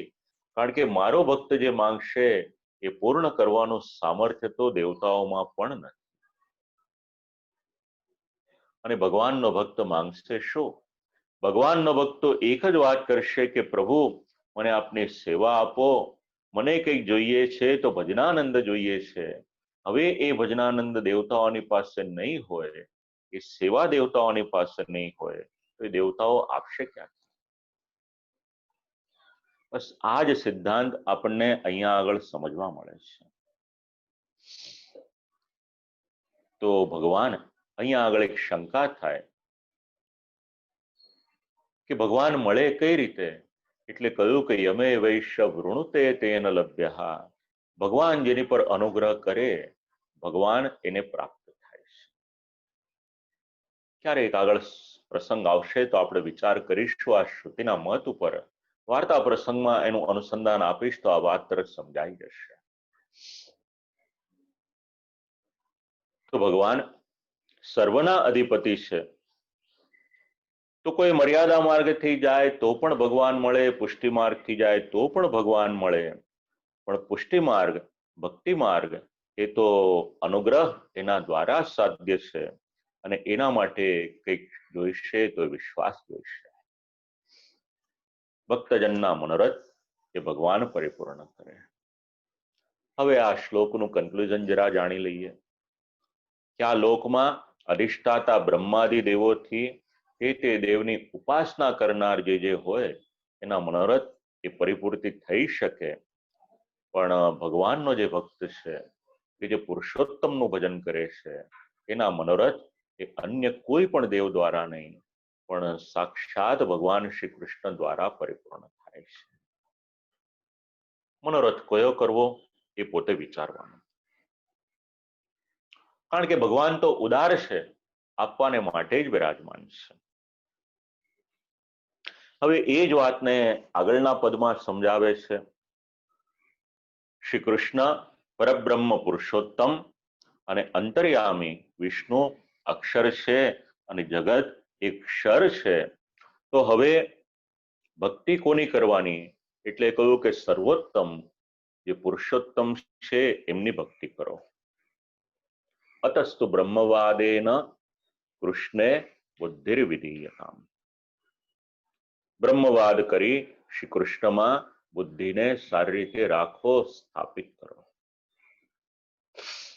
સિદ્ધાંત મુક્તાવલી આ સિદ્ધાંતો આપણને સમજાવે છે. સેવકના હૃદયમાં ભાવ કયો જોઈશે? એની બુદ્ધિ એને ભગવાનને સમર્પિત કરી દેવાની. અને બ્રહ્મવાદ, હમણાં જ શ્રીમદ ભાગવત અધ્યયનમાં આ શબ્દ સમજાવ્યો હતો. બ્રહ્માજીને યજ્ઞ કરવાની જ્યારે ઈચ્છા થઈ, એના અનુસંધાનમાં આ શબ્દ સમજાવ્યો. જ્યાં પણ જે પણ કંઈક દેખાય છે એ કેવળ અને કેવળ ભગવાન જ છે. ભગવાન સિવાય બીજું કશું જ નથી. આ બ્રહ્મવાદની દ્રષ્ટિ છે. અને એનો પ્રમાણ જોઈતું હોય તો ટીકાકારના શબ્દો છે. પ્રહલાદજી સતત શ્રવણમ કીર્તનમ વિષ્ણુ સ્મરણમ પાદ સેવનમ આ બધું અનુસંધાન રાખતા હતા. અને એ સમયે એમના પિતા હિરણ્યકશિપુએ પૂછ્યું કે ક્યારનો ભગવાન ભગવાન કરે છે, પણ તારા ભગવાન છે ક્યાં? એટલે કહ્યું કે પિતાજી, મારા ભગવાન તો દરેક જગ્યાએ છે, ક્યાં નથી? તો દરેક જગ્યાએ તારા ભગવાન હોય તો આ થાંભલામાં તારા ભગવાન ખરા કે નહીં? તો પિતાજી, થાંભલામાં પણ મારા ભગવાન. તો ચાલ આજે નિર્ણય થઈ જાય, યા તો હું નહીં, યા તો તારો ભગવાન નહીં. અને પોતાનું ખડક, પોતાની તલવાર કાઢી છે પ્રહાર કરવાને માટે. અને એ સમયે એ થાંભલામાંથી ભગવાન પ્રકટ થયા છે. બસ આ ભગવાન સર્વત્ર છે. આ બ્રહ્મવાદનો સિદ્ધાંત સમજવો હોય તો આ દ્રષ્ટાંત દ્વારા આપણે સમજી શકાય. તો પુષ્ટિમાર્ગીય જીવને માટે આ બ્રહ્મવાદનું અનુસંધાન અને એને ફલ આપનાર કોઈક છે તો કેવળ અને કેવળ એ ફલદાતા આ પૂર્ણ પુરુષોત્તમ ભગવાન શ્રી કૃષ્ણ છે. આ શ્લોક એવું સમજાવે છે. પુષ્ટિમાર્ગીય સેવક ભક્ત એને ફલ પ્રદાતા અગર કોઈક છે તો એ ભગવાન શ્રી કૃષ્ણ છે. અને બાકીનું તો આગળ બ્રહ્માજી માટે વિચાર કર્યો. એમના આરાધક હોય તો કામચાર એમના દ્વારા પૂર્ણ થાય. હવે જીવના સ્વરૂપનું નિરૂપણ આવે છે. આત્મની બ્રહ્મ રૂપે હિ છિદ્રા વ્યોમનીવ ચેતના. સમજવા જેવી વાત છે. તમારા અને મારા શરીરની કિંમત ક્યાં સુધી? જ્યાં સુધી શરીરમાં જીવ છે ત્યાં સુધી શરીરની કિંમત છે. જે દિવસે શરીરમાં જીવ નહીં હોય એ દિવસે એ શરીરની કોઈ કિંમત નથી. દેશ વિદેશમાં ઘણી જગ્યાએ એક ટોપિક પર પ્રવચન આપ્યું. એનું નામ છે આત્મપરિચય. બાકીનો બધો પરિચય તો આપણે ઘણો મેળવીએ છીએ, પણ આપણો પોતાનો પરિચય આપણે મેળવતા નથી. અને ન્યુયોર્કમાં જ્યારે શ્રીનાથજી મંદિર ગોવર્ધનનાથજીની હવેલીમાં પ્રવચન આપ્યું ત્યારે શ્રી હરીશભાઈ કાપડિયાએ પૂછ્યું મને કે શાસ્ત્રીજી આ વિષય ક્યાંથી લાવ્યા? એટલે મેં કીધું ભાઈ આ વિષય શ્રી મહાપ્રભુજીનો અને આ વિષય શ્રીમદ ભાગવતજીનો. કલાક દોઢ કલાક માટે તો નહીં, પણ 2-4 મિનિટ માટે એના માટે કંઈક આપણે વાત કરીએ, કારણ કે આ શ્લોકમાં એનો ઉલ્લેખ છે. સમજવાનું આપણે જે છે એ જ સમજીએ. તો આપણા શરીરમાં રહેલા જીવનો પરિચય શ્રી મહાપ્રભુજી કરાવે છે, ઉપનિષદ કરાવે છે. શરીરની કિંમત ક્યાં સુધી? જીવ છે ત્યાં સુધી. તો આ જીવનું માપ શું?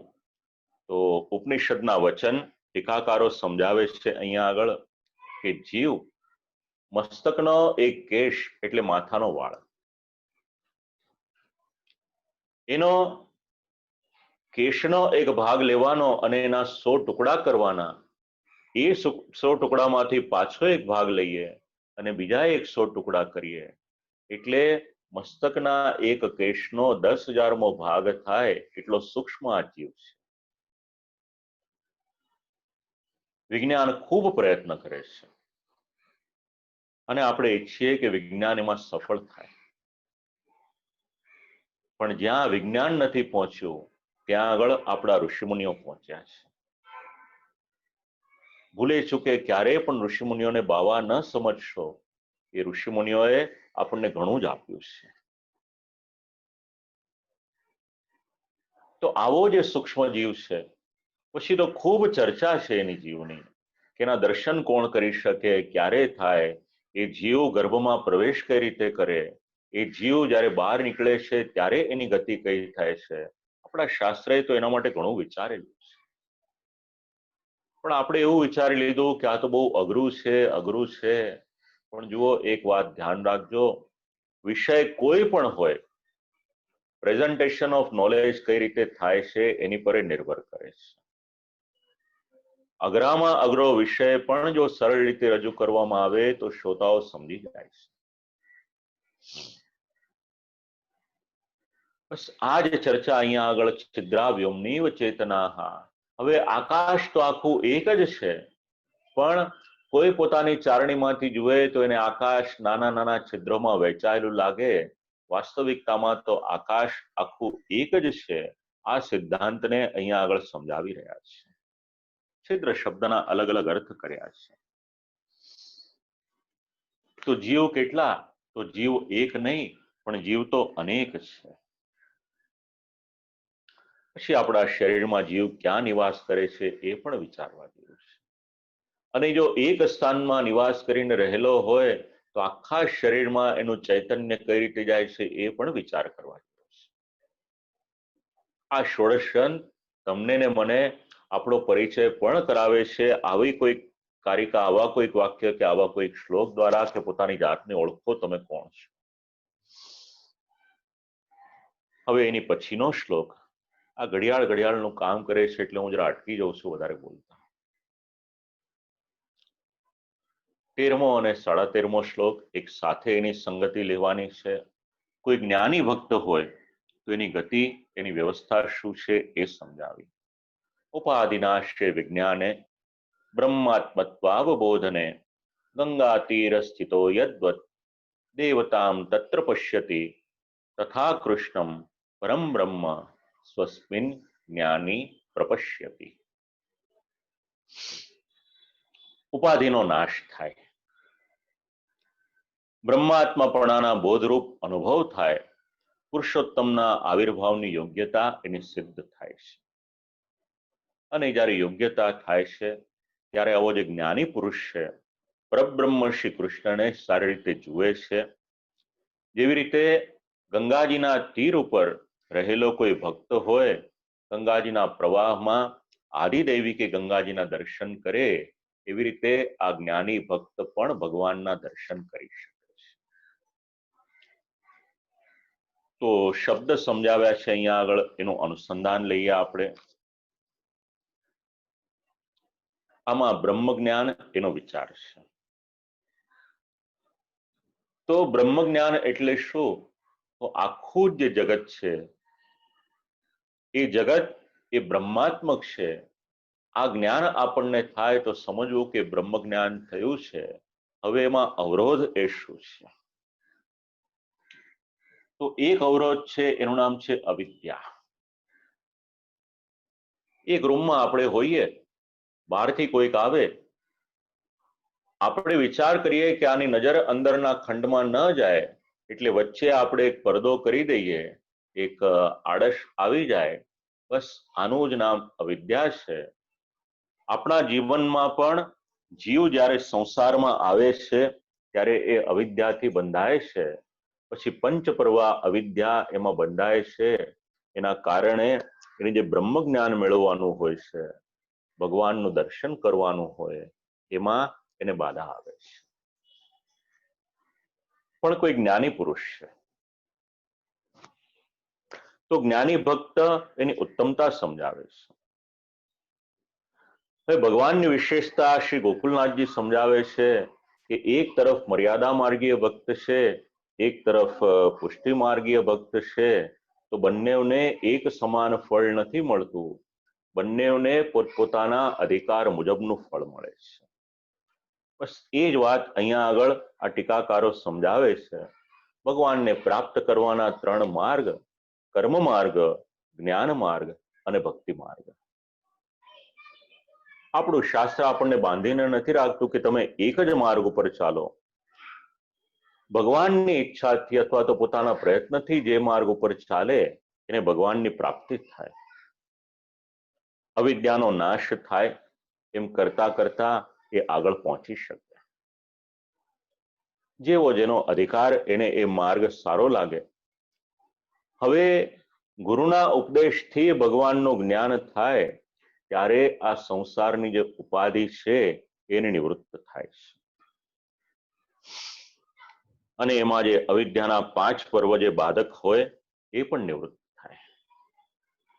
દેહાધ્યાસ, ઇન્દ્રિયાધ્યાસ, અંતઃકરણાધ્યાસ, આ બધા એક એક અધ્યાસ છે. અને પછી સ્વરૂપ વિસ્મૃતિમાં અટવાયેલો હોય.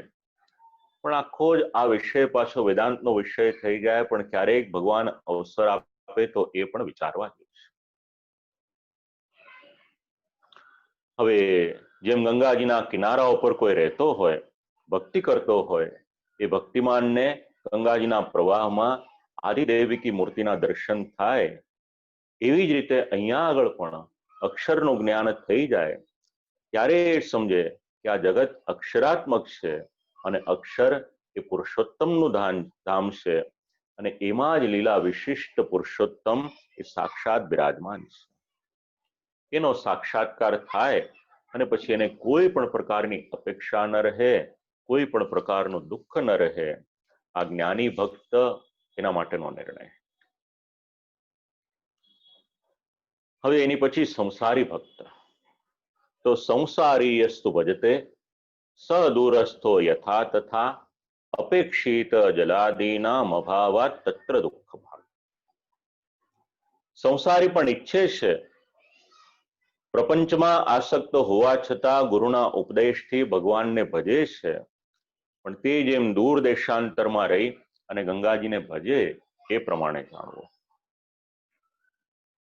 સરળ ભાષામાં સમજીએ જરા આ વાતને, કે સંસારી હોય એને પણ મનમાં તો ઈચ્છા છે કે ભગવાનને હું મેળવું, પણ અવિદ્યાના અંતરાયથી એને ભગવાન મળતા નથી. ગંગાજીના તટથી 5, 15, 50, 100 માઇલ કોઈ દૂર રહેતો હોય, જવાની તો ખૂબ ઈચ્છા હોય, પણ ત્યાં સુધી એ પહોંચી શકતો નથી. બસ આ એને એક અંતરાય. તો એને જેવી રીતે ગંગાજીમાં જવાનો અંતરાય છે, એવી રીતે જીવને માટે એક હર્ડલ છે, એક અંતરાય છે, એનું નામ છે અવિદ્યા. પછી ગમે એટલી ઉત્કંઠા હોય પણ અવિદ્યાને કારણે એ ભગવાન સુધી પહોંચી ન શકે. આ વાત અહીંયા આગળ સમજાવી. હવે એની પછી જે પુષ્ટિ ભક્ત છે એની વ્યવસ્થા કરી. તસ્મા શ્રી કૃષ્ણ માર્ગસ્થો વિમુક્ત સર્વલોકતાઃ આત્માનંદ સમુદ્રસ્થમ કૃષ્ણમેવ ચિંતયે. તો પુષ્ટિ ભક્ત કેવો છે? શ્રી કૃષ્ણના માર્ગમાં રહે છે, સંસારથી છૂટો પડી ભગવદ આનંદરૂપ સમુદ્રમાં વિહાર કરતા કરતા એ ભગવાન શ્રી કૃષ્ણની ભક્તિ કરે છે. તો શબ્દ આપણે સમજવાનો છે અહીંયા આગળ, એ સંસારને છોડીને. હવે આપણે વિચાર કરીએ કે પરિવારની સાથે રહીએ છીએ તો સંસાર છૂટે કઈ રીતે, પણ અહીંયા આગળ સંસાર શબ્દનું અર્થઘટન કરવાનું છે અહંતા અને મમતા. કેવળ જે ઘર પરિવારમાં રહીએ છીએ એટલું જ નહીં, પરંતુ આપણા મનમાં જે બે શબ્દ ઘર કરી ગયા છે એને આપણે દૂર કરવાના છે. એટલે સંસારને છોડવાનો, એટલે આપણામાં રહેલી અહંતા અને મમતા આ બંનેને દૂર કરવાના. જો ભગવાનની પાસે જવું હોય તો કાયમને માટે આ બંને શબ્દને જીવનમાંથી દૂર કરવાના. અને શ્રી આચાર્ય ચરણ તો આપણને ખૂબ સુંદર રીતે આ વાત સમજાવી દે કે બંને ભગવાનને સમર્પિત કરી દો એટલે તમારી વાત પૂરી થઈ ગઈ. વેદાંતમાં જેને છોડતા હજારો વર્ષ નીકળી જાય ને પછી બી છોડી શકે કે કેમ, એ પ્રશ્ન શ્રી મહાપ્રભુજી આપણી પર અનુગ્રહ કરીને આપણને કહ્યું કે કંઈ નહીં કરવાની જરૂર, કેવળ અને કેવળ એ બધું જ ભગવાનની સાથે જોડી દો એટલે તમે મુક્ત થઈ ગયા. તમારા માથે જે બોજો છે એ તમે મુક્ત. શુદ્ધ પુષ્ટિ માર્ગીય થઈ અને ભગવાનને ભજવાના, કે જેના દ્વારા આનંદની અનુભૂતિ કરી શકે. કોઈ પણ પ્રકારના દુઃખનો પછી એમાં સંભવ ન થાય. અને શુદ્ધ ભક્તિથી જે પ્રકટ થયેલો નિરવધિ આનંદ છે, લિમિટલેસ આનંદ જે છે, એમાં વિહાર કરતા કરતા માનસી સિદ્ધ થઈ જાય અને એ રીતે ભગવાનને ભજવાના. કારણ કે માનસી એ તો ઉત્તમતા છે ને મેળવવાની. અને ગઈકાલે જ્યારે માનસીનો ભગવાને કંઈક બોલાવ્યો, એક વૈષ્ણવનો જે મેસેજ આવ્યો મને કહ્યું કે સાંભળતા સાંભળતા આંખમાં આંસુ આવી ગયા કે આટલી ઉંમર થઈ તો ભગવાન ક્યારેક મને માનસીમાં સ્વીકાર કરશે કે નહીં. ત્યારે મને લાગ્યું કે ભગવાન આપણી પાસે જે કરાવે છે સાર્થક થઈ ગયું. મુખ્ય શું કરવાનું છે? આ બધું જ કરીએ છે એ વૈષ્ણવના હૃદયના ભાવને પોષણ આપવાને માટે છે, કે એના દ્વારા એ પુષ્ટિ માર્ગને સારી રીતે સમજી શકે અને આગળ વધી શકે. બીજા એક બેનનો કેનેડાથી મેસેજ આવ્યો કહ્યું કે બાલબોધ પહેલી વખત સાંભળ્યું અને શ્રી મહાપ્રભુજીએ જેમના હૃદયમાં પ્રેરણા કરી કે આપણા બધા ગ્રંથો મળે ક્યાંથી, અમારે વાંચવા છે. મને થયું કે બાલબોધ કરવું એ સફળ થઈ ગયું આપણું. તો આ ઠાકોરજીની કૃપા. સેવક પ્રયત્ન કરે અને માનસી એ કરતા કરતા કરતા માનસી સુધી પહોંચે અને ભગવાનનું ભજન કરે. તો સારાંશ આપણે વિચારીએ તો સંસારી ભક્તને દુઃખ થાય તો શુદ્ધ પુષ્ટિમાં હોય એને ભગવાન શ્રી કૃષ્ણનું ભજન કરવાનું. એટલે જે સ્વરૂપમાં એની આસક્તિ હોય એ શ્રી ઠાકોરજીને ઘરે પધરાવે અને એ શ્રી ઠાકોરજીની સેવા કરે. આમ કરતા કરતા માર્ગમાં આગળ વધતા જાય. સેવાને માટે તો આવતીકાલે આપણે શ્રવણ કરીશું, કારણ કે શ્રી મહારાજશ્રીને વિનંતી કરી છે એટલા માટે પછી એના માટે હું કઈ બોલ્યો નથી વધારે. હવે કોઈક અધમ કક્ષામાં છે તો એની ગતિ શું? લોકાર્થી ચેત ભજેત કૃષ્ણમ ક્લિષ્ટો ભવતિ સર્વથા ક્લિષ્ટોપી ચેત ભજેત કૃષ્ણમ લોકો નશ્યતિ સર્વથા.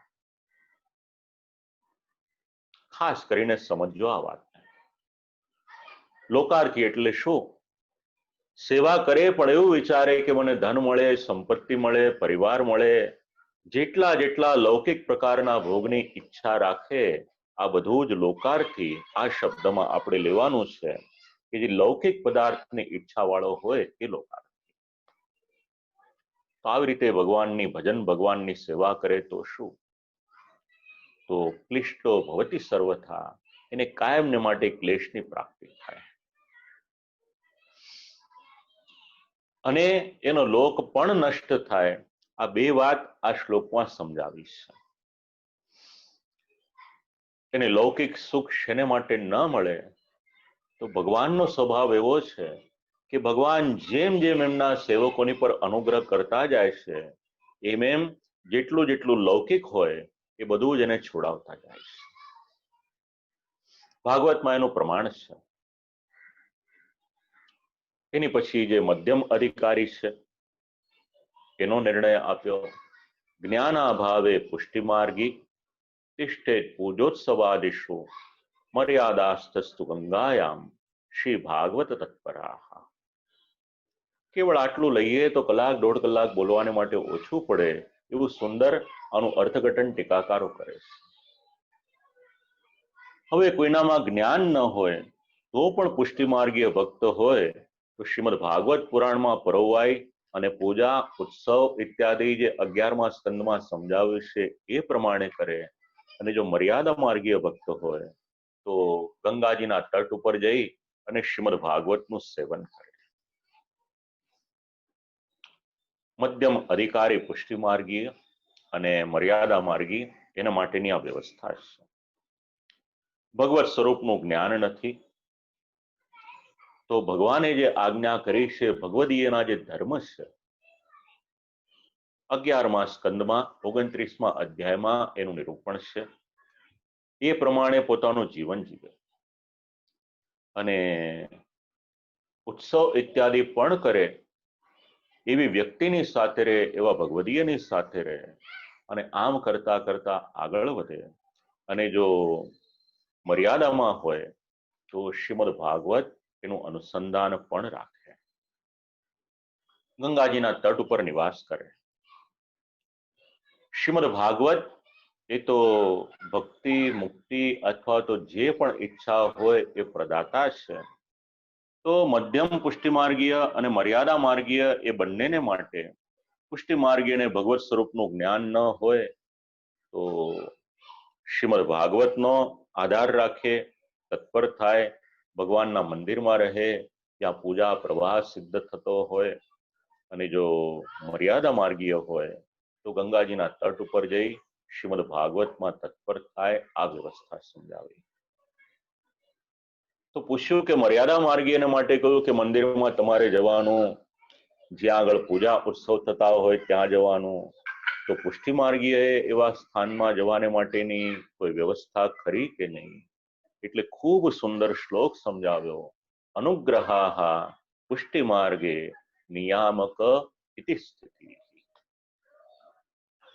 પુષ્ટિ માર્ગનો સિદ્ધાંત શું? એ ક્યાંય નહીં જાય તો પણ ઠાકોરજીની એટલી બધી કૃપા છે એની પર કે એના ઘરમાં હશે અને જો શ્રી ઠાકોરજીની સેવા કરશે તો ઠાકોરજી એને ત્યાં પણ પ્રાપ્ત થશે. એટલે કહેવાનું તાત્પર્ય શું કે પુષ્ટિ માર્ગમાં ઠાકોરજીનો અનુગ્રહ એ જ નિયામક છે. પછી એને કયા દેશમાં રહેવું, કયા સ્થાનમાં રહેવું, આવું કોઈ બંધન નથી. અને ત્યાં આગળ શબ્દ સમજાવ્યો છે કૃપા. તમારા ને મારા ઘરે શ્રી ઠાકોરજી બિરાજે છે, આપણી યોગ્યતા છે એટલા માટે બિરાજે છે એવું ક્યારેય પણ મિસઅન્ડરસ્ટેન્ડિંગ કરશો નહીં. કેવળ અને કેવળ શ્રી ઠાકોરજીની કૃપા છે એના માટે બિરાજે છે. નહીતર બ્રહ્માજી, મહાદેવજી અને લક્ષ્મીજીની પર પણ જે કૃપા નથી કરી એ કૃપા ગોપીજનો પર કરી છે. અને એ જ કૃપાનું અનુસંધાન શ્રી આચાર્ય ચરણે આપણે ઘરે બિરાજતા શ્રી ઠાકોરજીને પધરાવીને કર્યું છે. તો પુષ્ટિમાં અગર કંઈક છે તો એ છે અનુગ્રહ. અને પુષ્ટિથી ઉત્પન્ન થયેલો જે માર્ગ છે એનું જ નામ પુષ્ટિ માર્ગ છે. પુષ્ટિ એટલે ભગવાનનો અનુગ્રહ અને પુષ્ટિથી જે ભક્તિ થાય એનું નામ છે પુષ્ટિ ભક્તિ. કારણ કે પુષ્ટિથી ઉત્પન્ન થયેલી એ ભક્તિ છે. ઉભયોસ્તુ ક્રમેણૈવ પૂર્વોક્તૈવ ફલિષ્યતિ. પુષ્ટિ મિશ્ર મર્યાદા માર્ગીય એનું ફળ અને જ્ઞાન માર્ગથી ભક્તિ માર્ગ ઉત્તમ છે એનું નિરૂપણ હવે કરે છે કે મર્યાદા માર્ગ એમાં રહેલો કોઈક હોય તો એની કરતા જ્ઞાનીનો અને એની કરતા પણ ભક્તિ માર્ગ એને માટેની કંઈક ચર્ચા કરી. તો પુષ્ટિ મિશ્ર મર્યાદા માર્ગીય ભક્ત. હવે કોઈક મર્યાદા માર્ગમાં છે પણ જો એની પર પણ જો શ્રી ઠાકોરજી કૃપા કરે તો પહેલા તો એને મર્યાદામાંથી પુષ્ટિમાં લઈ આવે, એના જે અંતરાય હોય એ દૂર કરે અને જો શ્રી ઠાકોરજી કૃપા કરે તો એને ફલ આપે. પણ જો પછી એ મર્યાદાનો જ અધિકાર હોય એનો તો પછી એને ભક્તિ ન આપે અને એને મુક્તિ આપી દે. કારણ કે એક તરફ ભક્તિ હોય અને બીજી તરફ મુક્તિ હોય તેનું તો નિરૂપણ શ્રીમદ ભાગવતના મહાત્મ્યમાં જ કરવામાં આવ્યું છે. મુક્તિ એ તો ભક્તિની દાસી રૂપે રહેલી છે. એટલે પછી ભગવાન એને મુક્તિ આપી દે. ભોગ શિવેન મોક્ષસ્તુ વિષ્ણુ નેતિ વિનિશ્ચયા. આનું અનુસંધાન લઈ શકીએ. એને મુક્તિ આપી દે પછી ત્યાં આગળ, પણ એને ભક્તિ નથી આપતા. તો ભક્તિ ખૂબ દુર્લભ છે. હવે જ્ઞાન માર્ગ અને ભક્તિ માર્ગ. જ્ઞાનાદિકો ભક્તિ માર્ગ એવમ તસ્માન નિરૂપિતા.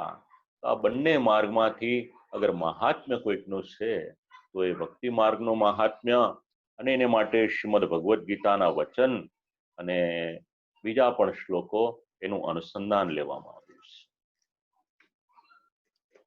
કોઈની કમ્પેરિઝન નથી. પણ શ્રી મહાપ્રભુજી જ્યારે પોતાનો મત અહીંયા તો સ્વસિદ્ધાંત છે, તો આચાર્ય ચરણનો સ્વસિદ્ધાંત એ જ છે કે મારા માટે ભગવાનનો ભક્તિ માર્ગ એ જ શ્રેષ્ઠ માર્ગ છે. અને એમાં પણ જો જ્ઞાનપૂર્વકની ભક્તિ હોય તો એ વધારે સારું છે. કારણ કે જ્ઞાન વગરની ભક્તિ હશે તો પણ ક્યારેક મુશ્કેલી થઈ જશે. પ્રસંગો તો ઘણા બધા યાદ આવતા જાય છે. જ્ઞાન વગરની ભક્તિ એટલે શું? 2-3 વાક્યમાં કહી દઉં. એક ડોશીમાં હતા, ભગવત સેવા કરે. સવારે મંગળ ભોગ ધરવાનો હતો, દૂધ થોડું ગરમ હતું. વિચાર કર્યો કે એમાં પધરાવવાને માટે, ઠંડુ કરવાને માટે ચમચી તો છે નહીં મારી પાસે, તો એક દાંતણ પધરાવી દીધું એમાં. હવે કોઈકે દર્શન કર્યા એના, એને વિચાર કર્યો કે આ માળી તો બહુ ભગવદીય છે, માળી તો દૂધની સાથે દાંતણ ધરે છે ને આપણે તો ધરતા નથી. તો એણે પોતાના ઘરે જઈને ધરવાનું શરૂ કર્યું. આમ કરતા કરતા ઘણા બધાએ ધરવાની શરૂઆત કરી, પણ એ માળીનો જે ભાવ હતો એ સમજાયો નહીં. ત્યાં આગળ કંઈક જરૂર પડશે તો જ્ઞાનની જરૂર પડશે કે આ કર્યું શેના માટે. બસ એટલા જ માટે આજ્ઞા કરી રહ્યા છે કે ભક્તિ જરૂરી છે, પણ એની સાથે જ્ઞાન પણ હશે તો સોનામાં સુગંધ મળશે. હવે આ શ્લોક સુધી એટલે 19મા શ્લોક સુધી ભગવાનની તનુવિત્તજા સેવા, માનસી સેવા એ કરવાનું પ્રતિપાદન, પછી એના જે અધિકારીઓ છે એને અલગ અલગ ફળ, જેવો જેનો અધિકાર, અને એમાં સર્વથી ઉત્તમ અગર કંઈક હોય તો ભગવાનની સેવા છે. આ સેવાને માટેના સિદ્ધાંત સમજાવ્યા. તનુવિત્તજા કદાચ બરાબર ન બની શકે અને ભક્તિ ન સિદ્ધ થઈ હોય તો એવાની વ્યવસ્થા શું? તો 20મા શ્લોકમાં સમજાવ્યું કે એને આરૂઢ પતિત એ રીતે સમજાવે છે. ભક્ત્ય ભાવે તુ તીરસ્થો યથા દુષ્ટૈસ્વ કર્મભીઃ અન્યથા ભાવમાપન્ના તસ્માત સ્થાનાચ્ચ નશ્યતિ. હવે કોઈ ગંગાજીના તટ ઉપર રહેશે, એ છતાં પણ એનામાં ભક્તિ ઉત્પન્ન થતી નથી, તો એના માટે શબ્દ છે આરૂઢ પતિત. એવી જ રીતે ભગવાનના સાનિધ્યમાં રહે એ છતાં પણ જો એનામાં ભક્તિ ઉત્પન્ન ન થાય તો પછી એ કોઈક બીજી હીન યોનિમાં જન્મ લેશે. આખા જ પરિવારે આ શ્લોક સમજવા જેવો છે. ઘરે શ્રી ઠાકોરજી બિરાજતા હોય તો એવું ન કરશો કે કેવળ ઘરની એક જ વ્યક્તિ સેવા કરે, બધા જ એમાં કોઈક ને કોઈક રીતે જોડાય એનું ધ્યાન રાખો. કારણ કે જો ઘરમાં શ્રી ઠાકોરજી પધાર્યા અને પછી જો પ્રભુમાં આપણું મન નહીં લાગે તો જેવી રીતે ગંગાજીના તટ ઉપર રહેનાર ગંગાજીમાં આદર ભાવ ઉત્પન્ન ન થયો હોય અને એ આરૂઢ પતિત થાય અને ફરીથી એને પાછા જન્મ લેવા પડે હીન યોનિમાં, એવું ન થાય એ વાત આપણે વિચારવા. અને 21મા શ્લોકમાં ગ્રંથનો ઉપસંહાર કર્યો. એવં સ્વશાસ્ત્ર સર્વસ્વમ મયા ગુપ્તમ નિરૂપિતમ એતદ બુદ્ધ્વા વિમુચ્યેત પુરુષઃ સર્વ સંશયા. આ મારું જે ગુપ્ત શાસ્ત્ર છે એ મેં આપ લોકોને સમજાવ્યું, કારણ આપ મારા આપ્તજન છો, સેવક છો. કલ્યાણ કરવું એ મારું કર્તવ્ય છે. હવે જો આટલું વાંચી વિચારી અને સમજી લેશો તો એટલું સમજાશે કે ભક્તિ વિના બીજું કોઈ પણ કર્તવ્ય નથી, એના દ્વારા કલ્યાણ થશે. આ ગ્રંથ આપણને શું સમજાવે છે? તો કાયમને માટે ભગવાન શ્રી કૃષ્ણની સેવા કરવી આ એનો સિદ્ધાંત છે. તનુવિત્તજા સાધન સેવા, માનસી એ ફલ સેવા. તનુવિત્તજા કરતા કરતા આપણે માનસી સુધી પહોંચીએ એ આપણું લક્ષ્ય રાખવાનું, ભગવાનનો અનુગ્રહ થાય આપણને. અને એના પેટા ફળમાં સંસારની નિવૃત્તિ અને જગતમાં અક્ષરપણાનો બોધ થવો એ સમજાવ્યું. અને પછી પરબ્રહ્મ એ પુરુષોત્તમ શ્રી કૃષ્ણ છે, અક્ષર બ્રહ્મ એ પુરુષોત્તમનું ધામ છે, અને જ્ઞાનીને ઉપાસના કરવા યોગ્ય મુક્તિનું આ સ્થાન છે. જગત એ અક્ષર બ્રહ્મનું અવિકૃત પરિણામ. જગત એને સમજાવ્યું ગંગાજીના માધ્યમના દ્વારા, અને પછી અલગ અલગ પ્રકારના ભક્ત અને એમને કયું કયું ફળ મળે એ પણ સમજાવ્યું. બ્રહ્મવાદથી શ્રી કૃષ્ણમાં ભક્તિ રાખે અને માનસી સેવા સિદ્ધ થાય છે. મધ્યમ અધિકાર, જીવ સ્વરૂપ જાણવાની જરૂર સમજાવી અને પોતાના અંતઃકરણમાં ભગવાન શ્રી કૃષ્ણનું ભક્તિથી દર્શન કરે અને અંતમાં શ્રી પુરુષોત્તમનું સાયુજ્ય પ્રાપ્ત કરે એ બીજા વર્ગના મર્યાદા પુષ્ટ ભક્ત છે. ત્રીજા વર્ગના સંસારી ભક્ત. સંસાર